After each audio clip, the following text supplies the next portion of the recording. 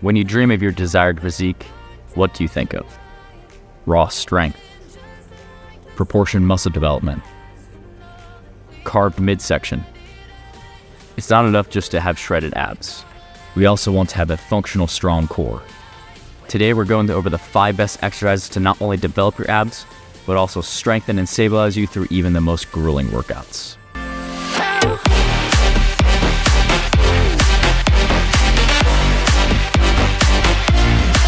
What's up, guys? Today we're going through the 5 best exercises to develop your core. And at the end of the video, I'm going to show you how you can structure workouts and put all 5 of these exercises in your program throughout the week. Now, when we're choosing ab exercises, we're not going to choose things like regular crunches or sit-ups. Movements like these have no potential overload. And by the end of it, you're going to be doing 20, 30, 40, 50 reps, where you could spend that time on picking a more challenging exercise and actually strengthening your core. So, exercise number 1 is going to be a ring push-up pull. Now, if you don't have rings, that's fine. You could always use a TRX strap with this as well.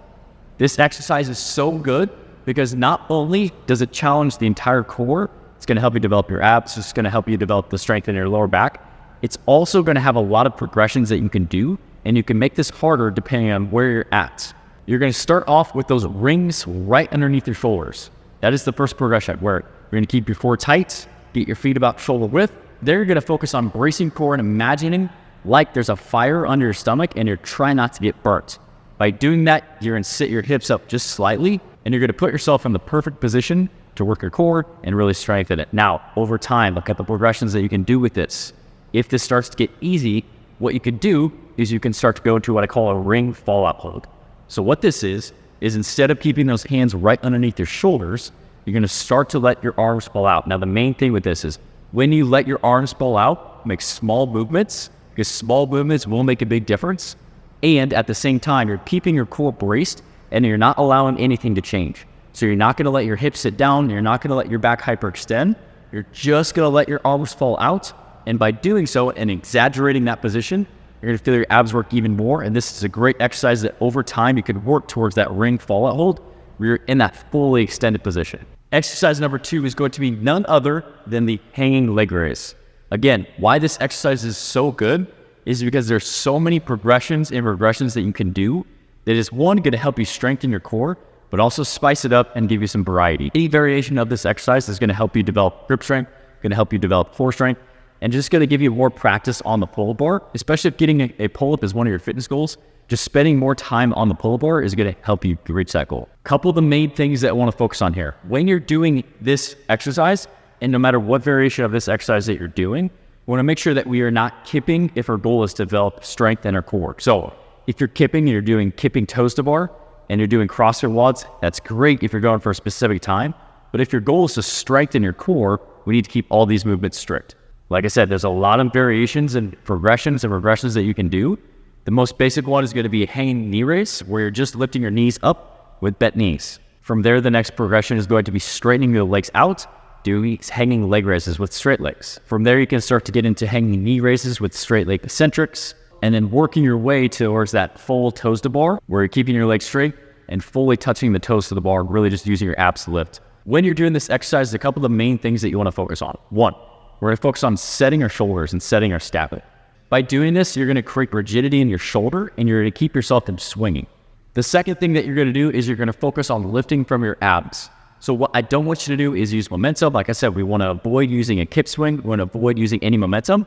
You're going to keep your legs out in front of yourself and you're just going to lift your legs using your abs.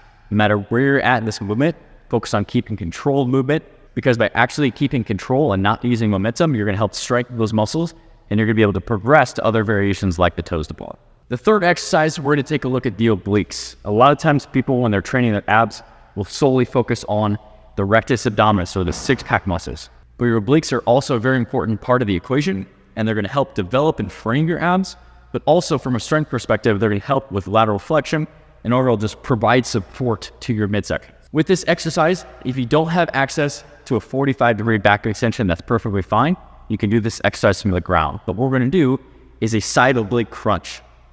One of the main functions of your obliques is lateral flexion. In order to fully develop those muscles, we want to focus on getting lateral flexion. Now with this movement, really focus on limiting momentum and focus on just flexing to the side. You don't want to be off in an angle. You want to focus on just fully flexing to the side. Also focus on trying to keep your legs straight. So we don't want your hip flexors to start taking over or other muscle groups to start taking over. Focus on just working the obliques. In exercise 4, we're also going to focus on the obliques by doing a wood chop. We did some lateral flexion to work the obliques. The obliques also work in rotation. So we need to fully hit both of those movements to fully develop your core.